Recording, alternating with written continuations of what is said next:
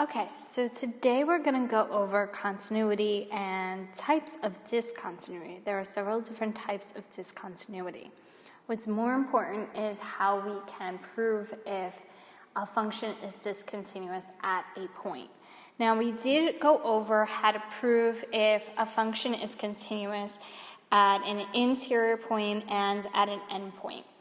And when we did go over that in our last lesson, the idea of maybe being discontinuous at a point came up. But we're going to start off with continuity for A. So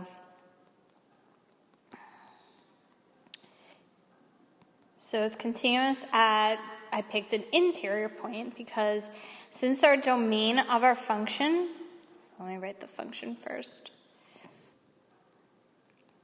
is from negative infinity to positive infinity, okay, every point that we pick at for C, x equals C, is going to be an interior point. So it is continuous at, let's say, x equals 0 because the function value turns out to be a 0. And the limit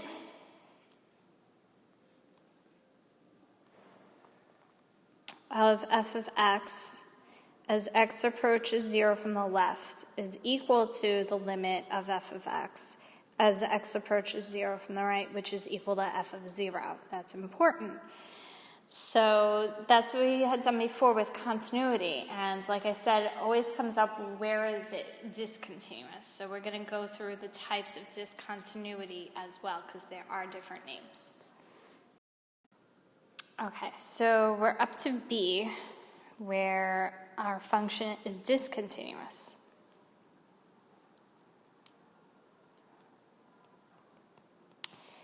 So g of x is discontinuous at x equals 0 for this function that is defined, because even though the limit from the right-hand limit and the left-hand limit exist and equal each other, the limit of g of x as x approaches 0 does not equal g of 0, okay? So a lot of times you're asked questions of how to make it continuous, and in order to make this continuous, then g of 0 would have to be 1, okay? And how we kind of come up with that is we would need to figure out what g of 0 would be in our function, and you can see how the answer is 1, okay? So now if this is true, then this would equal each other, and it would not be discontinuous, but it would be continuous, okay? But for right now, as we see it in B, and I know this isn't a sketch or a graph, but as far as G is being described, and this being its graph, okay, this is discontinuous. I'll erase this, and let's talk about C. So, in C, h of x is defined as a piecewise function. So the first piece is x plus 1 for when x is not equal to 0. So it's very similar to g of x. But in the second piece, it tells you when x equals 0, y is 2. Okay? So that gives us this graph here. Okay? So, C. For h of x, we want to say that, we can write that for h of x, x equals 0 is a point of discontinuity because, okay, even though the limits would be the same, okay, your left-hand limit and your right-hand limit are the same. They are 1 as x approaches 0. but this does not equal h of 0 because h of 0 is 2. 1 doesn't equal 2. Okay? So very similar to what we were saying before, except we didn't have a value here given to us when x is 0. Okay? It was undefined. But here we're given a value when x is 0. It's 2.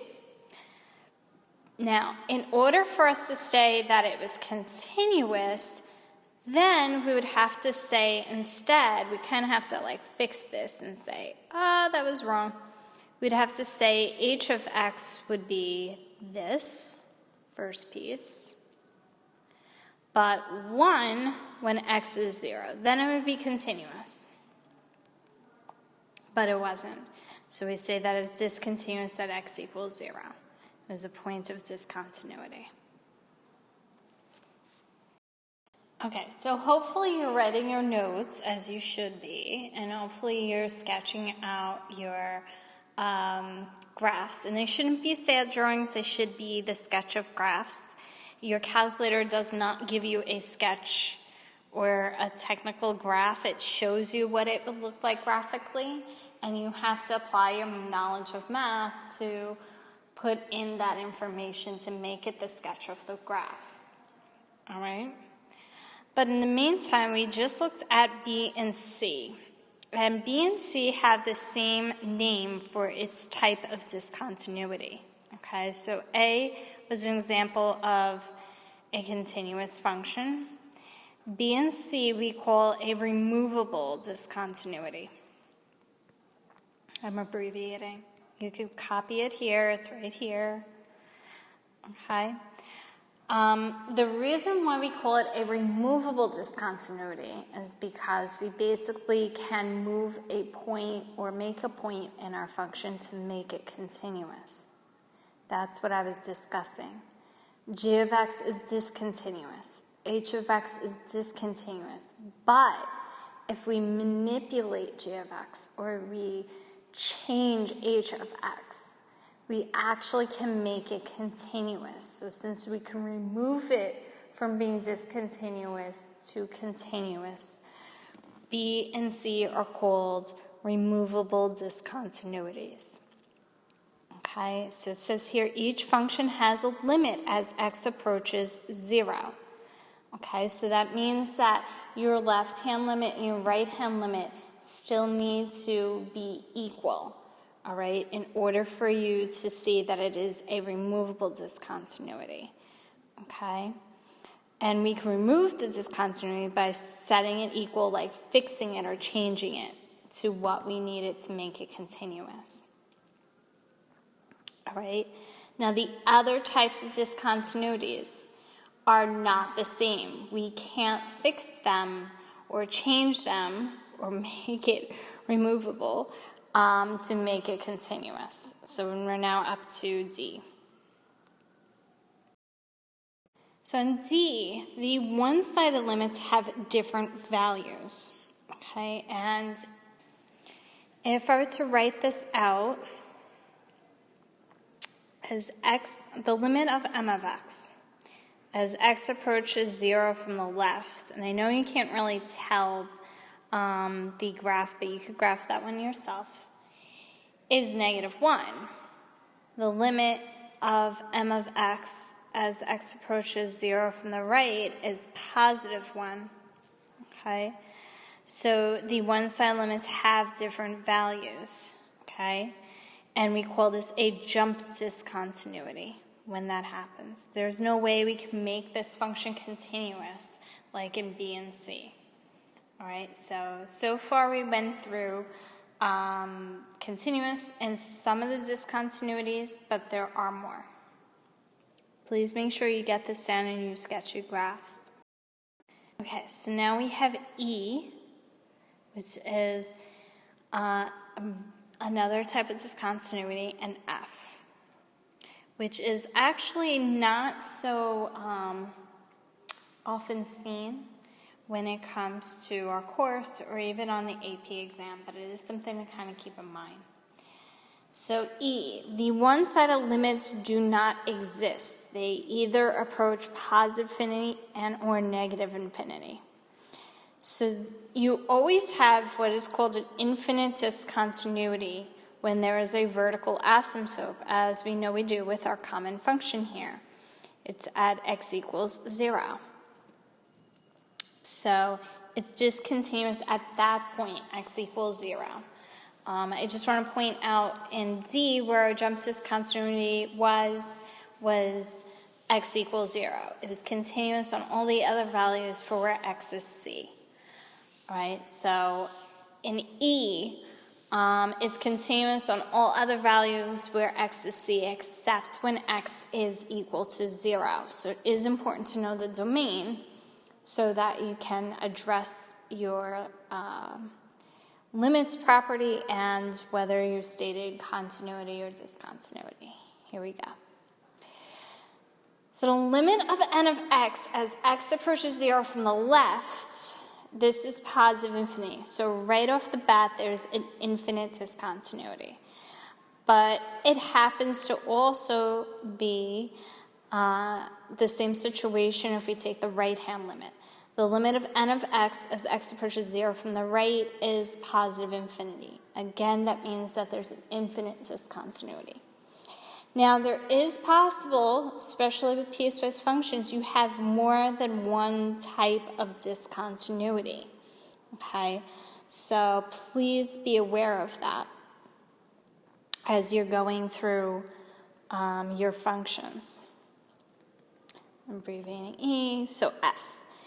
So F is the sign of 1 over x, okay, and this is where a function oscillates too much at x equals 0, okay, and you can't even see what's going on there. So we call that an oscillating discontinuity.